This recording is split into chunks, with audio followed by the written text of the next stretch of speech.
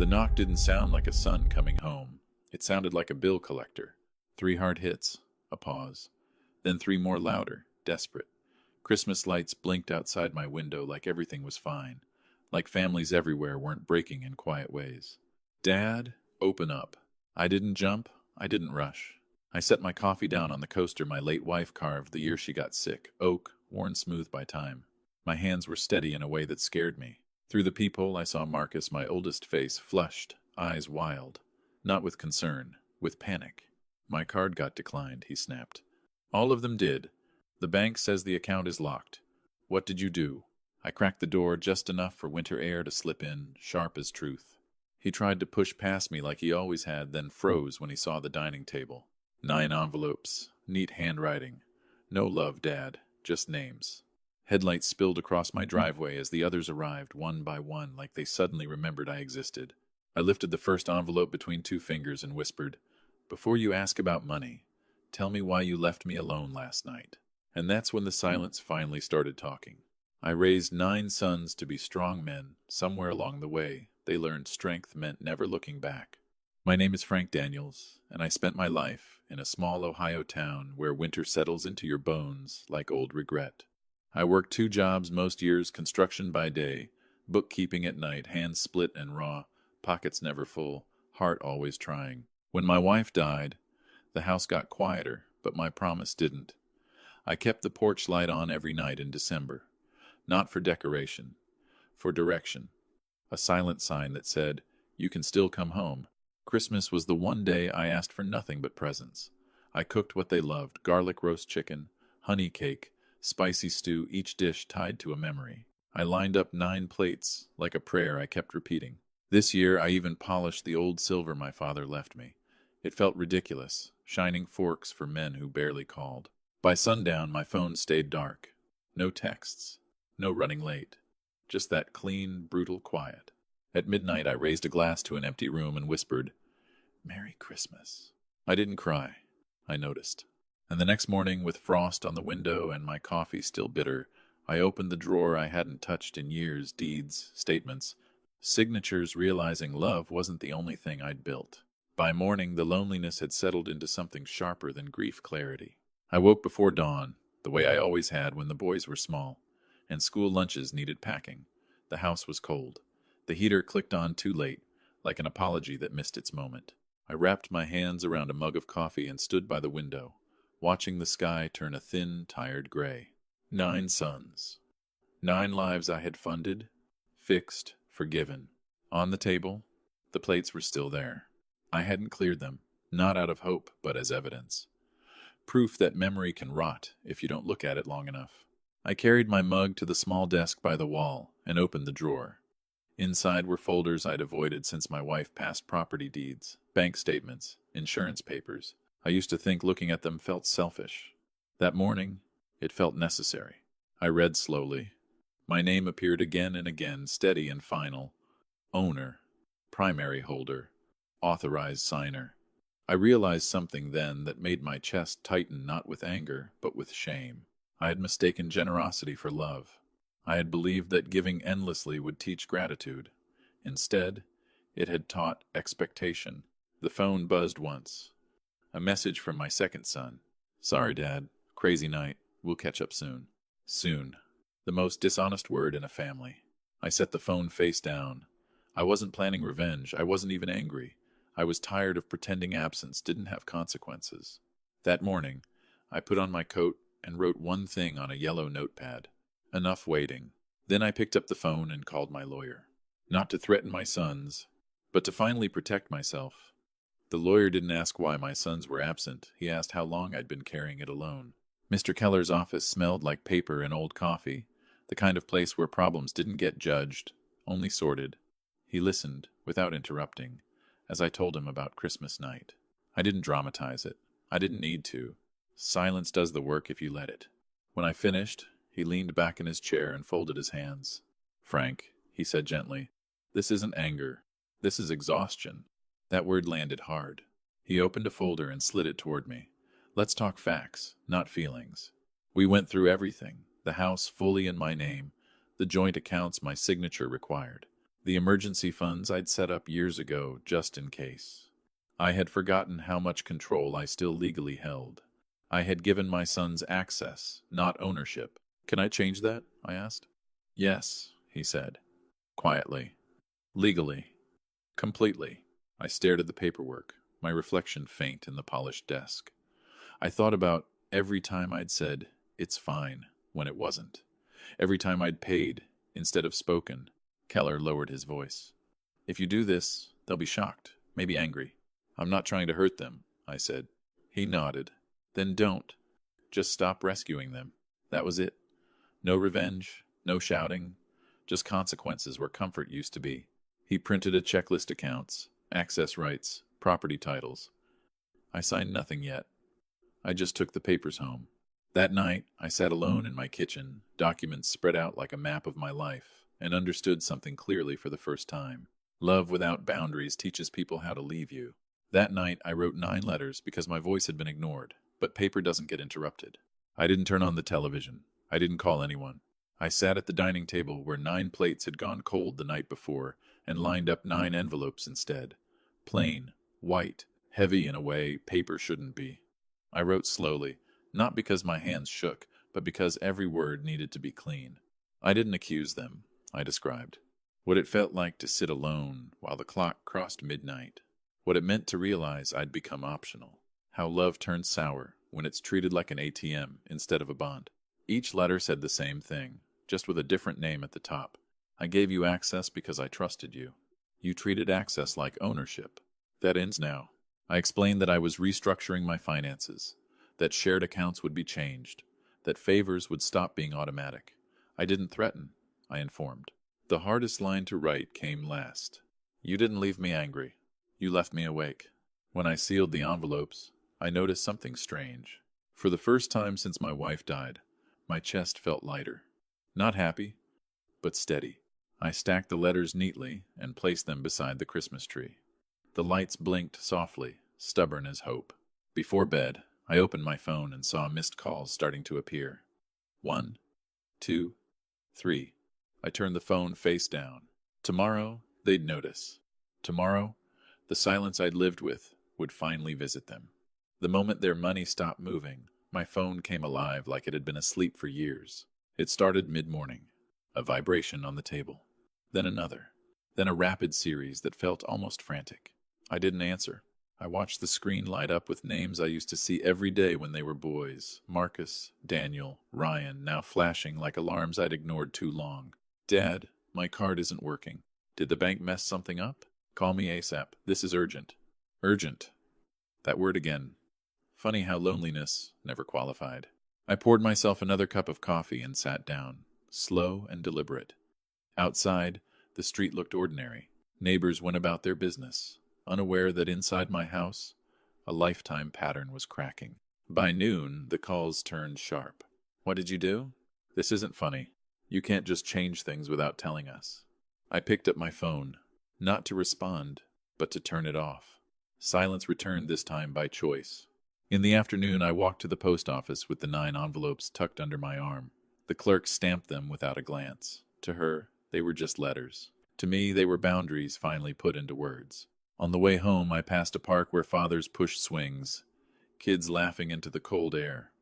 For a moment, my chest tightened. Then it eased.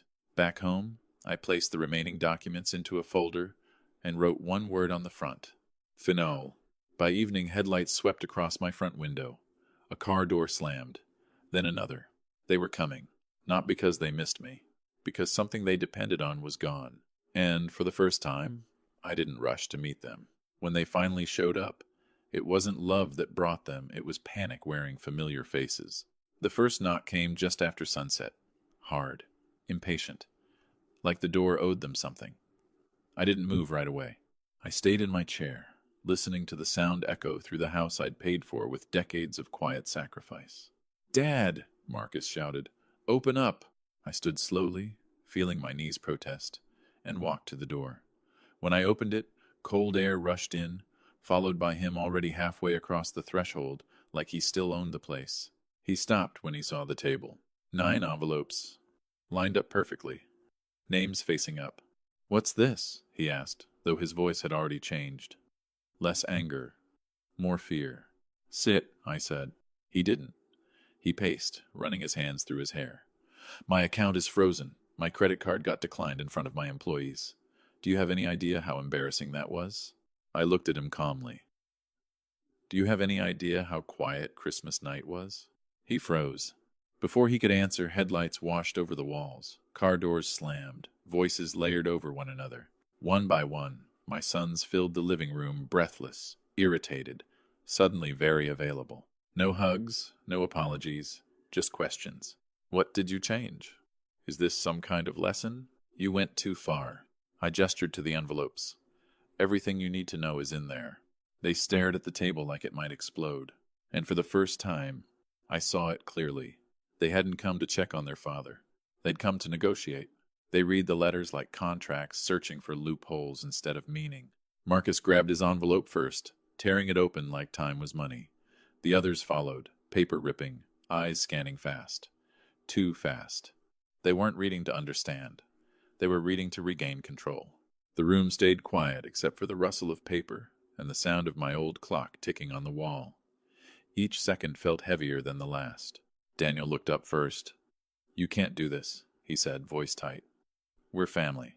I nodded slowly. "That's what I thought on Christmas."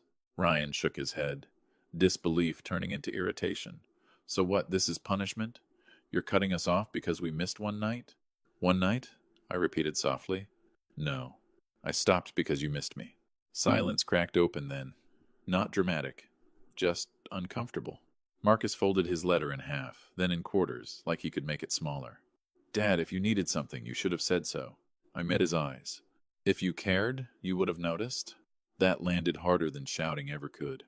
Another son tried a different angle. "We're busy. Kids. Work. Life." I leaned forward, resting my hands on my knees.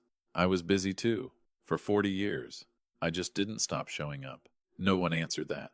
Outside, snow began to fall, soft against the windows. Inside, something colder settled in understanding. Then I said the sentence they weren't ready for. "I didn't do this to teach you a lesson. I did it because I'm done begging to matter." Their faces changed.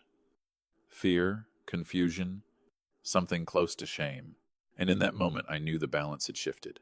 They needed me now, but I no longer needed their approval.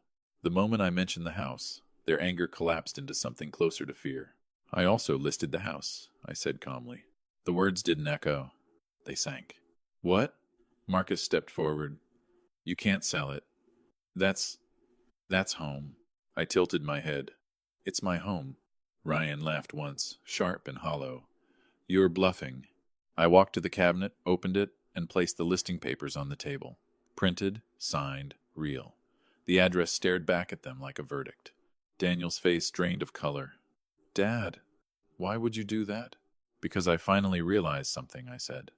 "You don't visit me. You visit the idea that this place will always be here waiting." Silence followed. Thick. Heavy. One of the younger boys muttered, "So where are you supposed to go?" That question stopped me for half a second. Not because I didn't have an answer, but because no one had asked it before. "I'll go where I'm not taken for granted," I said. They started talking over each other then. Promises surfaced. Sudden concern. Rewritten memories. "We didn't know you felt this way. We'll come by more. We'll fix it." I raised my hand. "No more fixing. Only proving." Marcus frowned. "What does that mean?" "It means," I said slowly, "I'm not restoring anything just because you're uncomfortable. Comfort is what got us here." Outside, snow thickened against the windows. Inside, for the first time, my sons understood that something permanent was happening, and none of them could stop it. When their anger failed, they tried guilt, because guilt had always worked before. Ryan was the first to change tactics. His voice softened, hands spread like peace offerings. "Dad, you know Mom wouldn't want this." That one hit low. Cheap. And familiar. I didn't raise my voice. I didn't flinch. "Don't use her memory to excuse your absence," I said. She waited too. Longer than I did. The room shifted. No one spoke for a moment. Daniel exhaled hard. "So, what do you want from us?" I looked around at 9 grown men who knew how to demand but not how to listen. "I wanted you here on Christmas," I said. "Now, I want nothing you're offering out of fear." Marcus scoffed. So we're supposed to suffer because you're lonely? That word again. Lonely. As if it were a weakness instead of a wound. I was lonely long before that night, I said. Christmas just made it undeniable. One of the younger ones finally sat down, elbows on knees, head in hands. We didn't think you needed us like that. I nodded. That's the problem. You stopped thinking about me at all. Outside, the snow kept falling, quiet and patient. Inside, the noise faded into something heavier regret, trying to find a place to land. I'm not asking for apologies, I continued. I'm watching actions. Marcus looked up sharply. What actions? I met his eyes. The kind that don't come with a deadline or a demand. They didn't like that answer. Because it meant there was no switch to flip, no money to unlock. Only time and effort. And for the first time they understood. This wasn't a fight they could win by waiting me out. That night, I made them eat with me not to reconcile, but to remove every excuse. I cooked anyway. Not a feast. Just soup and bread. Simple food. The kind you eat when there's nothing to celebrate but survival. I set the table slowly, deliberately, pulling out all 9 chairs. Sit, I said. They hesitated. Grown men suddenly unsure how to take orders from the person they'd ignored. One by one, they sat. No phones. I made them leave their phones on the counter like contraband. We ate in silence at first. The clink of spoons, the hum of the refrigerator, my house remembering what it used to sound like. Finally, Marcus spoke. Dad, we didn't plan to hurt you. I didn't look up. Most damage isn't planned. Another son muttered. We thought there'd always be time. I met his eyes. Time isn't loyal. It leaves without explaining. That landed. I felt it in the way their shoulders dropped, the way no one rushed to defend themselves. I'm not restoring the accounts, I said calmly. Not tonight, not tomorrow. Ryan frowned. So what are we supposed to do? I wiped my mouth with my napkin. You're supposed to live without leaning on me, and if you still want me in your life after that, show me. Silence again. But different now. Less hostile. More uncertain. After dinner they stood awkwardly, unsure whether to hug me, thank me, or argue again. No one did any of it. They left one by one, quieter than they arrived. I stayed at the table long after the door closed, staring at 9 empty chairs. For the first time, the emptiness didn't feel like loss. It felt like space. The real test didn't come with shouting or threats. It came the next morning, when no one was watching. I woke before sunrise, the house unusually quiet after the night before. For the first time in years, no one had slept over, no bags left by the door, no last-minute favors waiting for me to fix. Just me, the kettle, and the soft tick of the clock. I expected relief. Instead, I felt something heavier anticipation. By 8, my phone buzzed. A message from Daniel. I'm at work. Didn't ask for help. Just letting you know. Then another. I paid the rent myself. First time in a while. I stared at the screen longer than necessary. Not because I was impressed, but because I was curious. This wasn't panic. This wasn't bargaining. It was reporting, like a child showing homework they weren't asked to do. An hour later, a knock came at the door. Soft this time. It was Ryan. No anger, no speeches, just a paper bag in his hand. I fixed the porch step, he said quietly. It was loose. Figured I should stop pointing out problems and start handling one. I nodded. Thank you. He hesitated. I'm not asking about the money. That mattered more than the step. By afternoon, I realized something unsettling. Without my constant rescuing, my sons weren't collapsing. They were adjusting. And for the first time, I felt the balance shifting not because I took something away, but because they were finally standing on their own. Still, I didn't unlock a single account. Change that's rushed isn't change. It's fear wearing manners. Independence looks impressive until it starts costing pride. By the 3rd day, the messages slowed. Not because my sons had fixed everything, but because they were learning what it felt like to solve problems without reaching for me first. Marcus didn't call. That surprised me most.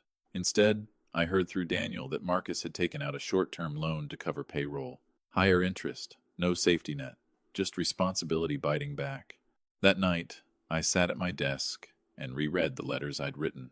I didn't regret a word, but I wondered if silence could harden into distance, if left too long. The next afternoon, I drove past the house one last time. The realtor's sign stood tall in the yard, red sold sticker slapped across it like a verdict. A couple I didn't know walked through with a clipboard, laughing softly as they pointed at the porch. I didn't feel anger. I felt release. When I got home, a small envelope waited by the door. No stamp. Hand delivered. Inside was a note from my youngest son. Dad, I went to the bank today. They said I couldn't access anything. I didn't argue. I just wanted you to know I finally understand what on my own means. I don't like it yet, but I think I need it. I folded the note and placed it in the drawer, not with the legal papers, but with my wife's old letters. That night, I slept deeper than I had in years. Not because things were fixed, but because, for once, they were real. The first real apology didn't arrive with tears. It arrived without asking for anything back. It came as an email from Marcus. No subject line, no urgency flags, just words. Dad, I'm not writing to ask about the accounts. I'm writing because I realized I don't know how to be a son without needing something.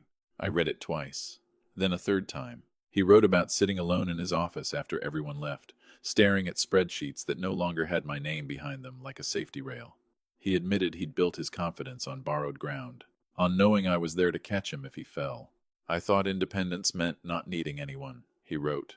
Turns out it means knowing when you've been leaning too hard. I closed the laptop and sat back in my chair. The house felt different lately. Not emptier, quieter, in a way that let thoughts finish. That afternoon, Daniel stopped by. He didn't knock loudly. He didn't come inside. He just stood on the porch. I sold the truck, he said. Paid off my credit cards. It hurt. I nodded. Good.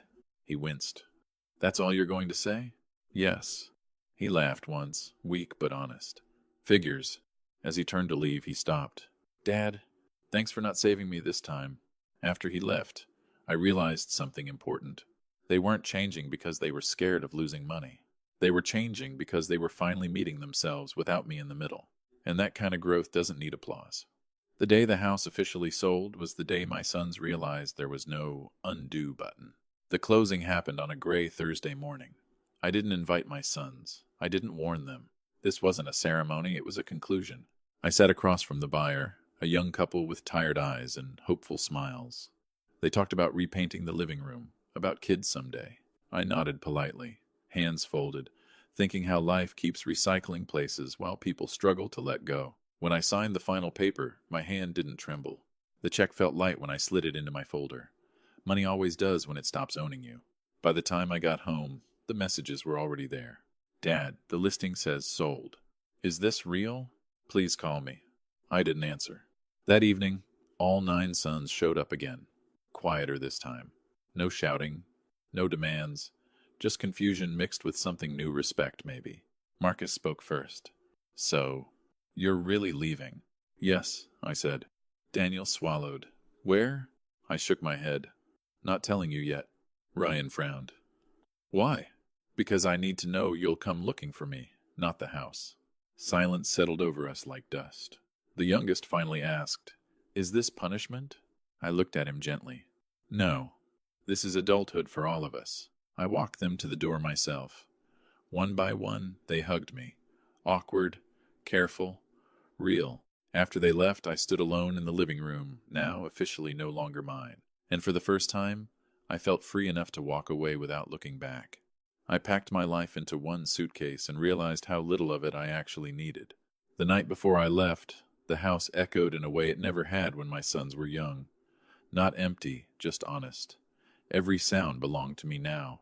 No expectations hiding in the corners. I packed slowly. Clothes first. Then the things that mattered more than fabric. My wife's scarf, folded carefully.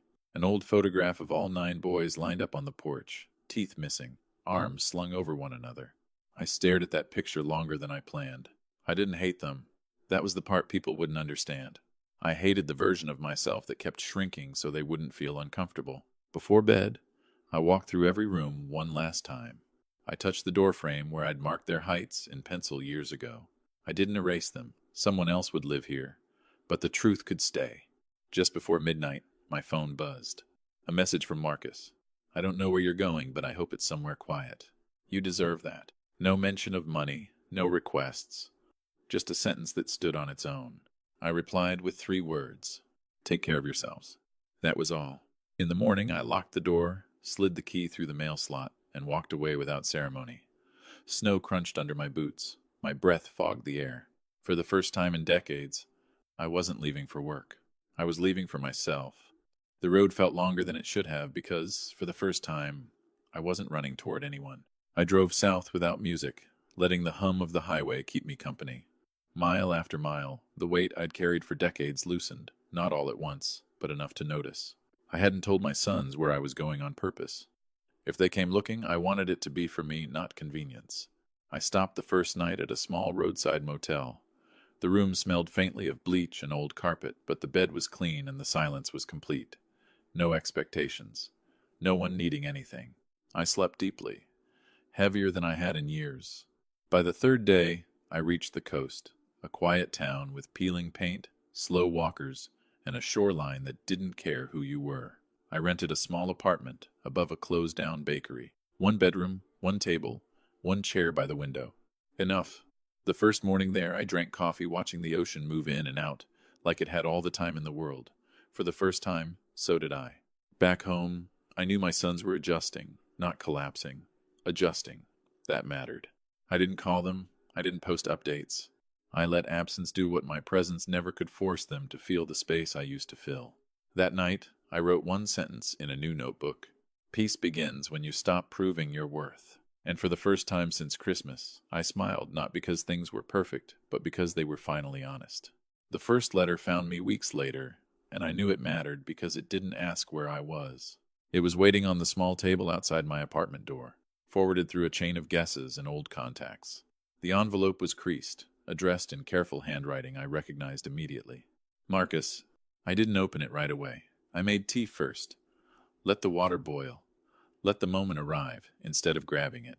Inside, the letter was simple. No drama. No explanations that tried to erase the past.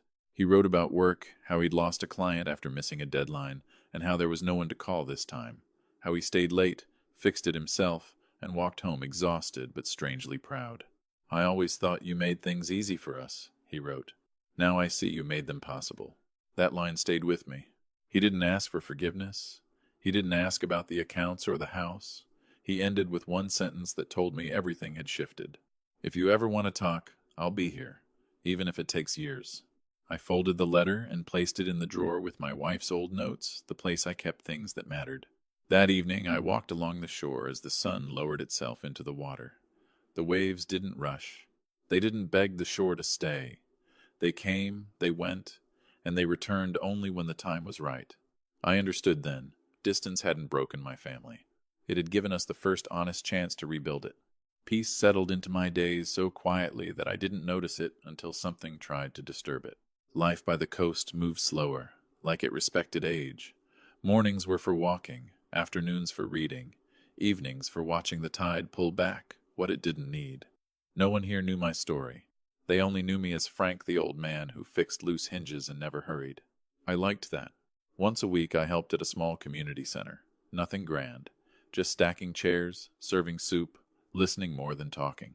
People opened up when they realized you weren't waiting to interrupt. I learned that loneliness wears many faces, not just mine.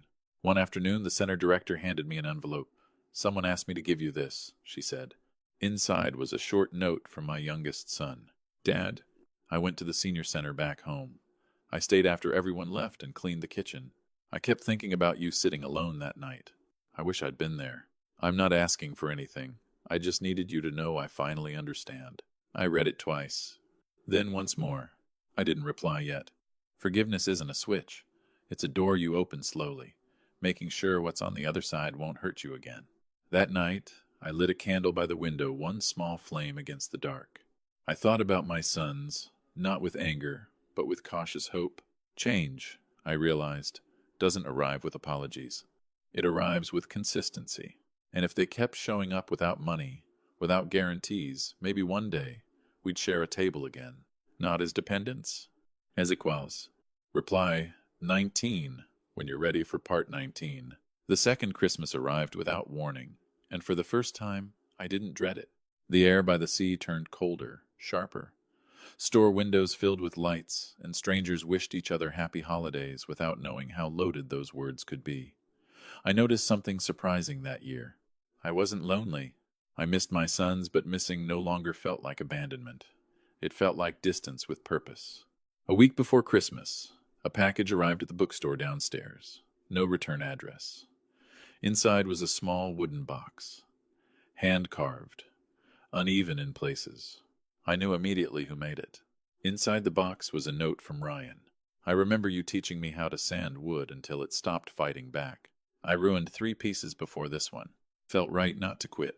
I ran my thumb along the rough edges and smiled. That night, I cooked a simple meal for myself. Soup, bread, 1 plate. I didn't set extra places out of habit. I set one because it was honest. At 9:14 p.m., my phone rang. Marcus. I let it ring twice before answering.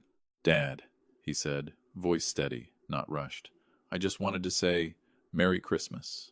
Nothing else. No request. No update. Just presence.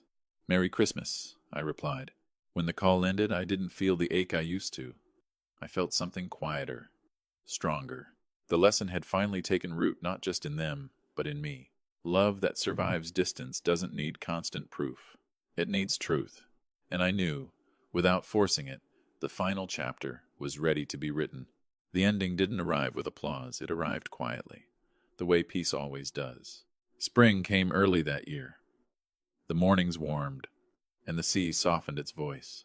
I'd grown used to my routines: coffee by the window, slow walks, small conversations that didn't ask me to be anything other than present. One afternoon, the bookstore owner knocked on my door. You've got visitors, he said, smiling in a way that told me everything before I even stood up. They were all there, not rushed, not loud, no gifts, just 9 men standing a little straighter than they used to, hands empty, eyes steady. Marcus spoke first. We didn't come to stay, he said. We came to sit, if that's okay. I looked at them for a long moment. Then I stepped aside. We sat around my small table, too small, really, but no one complained. We talked about ordinary things. Work, weather, mistakes. We didn't dress up as jokes anymore. No one mentioned money. No one asked for access. At sunset, they stood to leave. Awkward hugs, quiet respect. As the door closed behind them, I realized something important. I didn't feel drained. That's how I knew it was real. Later that night, I wrote one last line in my notebook. You don't lose family by setting boundaries. You lose yourself by never having any. If this story made you think about family, respect, or quiet justice, share where you're listening from and what lessons stayed with you. And if you want more stories like this, stay close. Some truths are slow, but they're worth waiting for.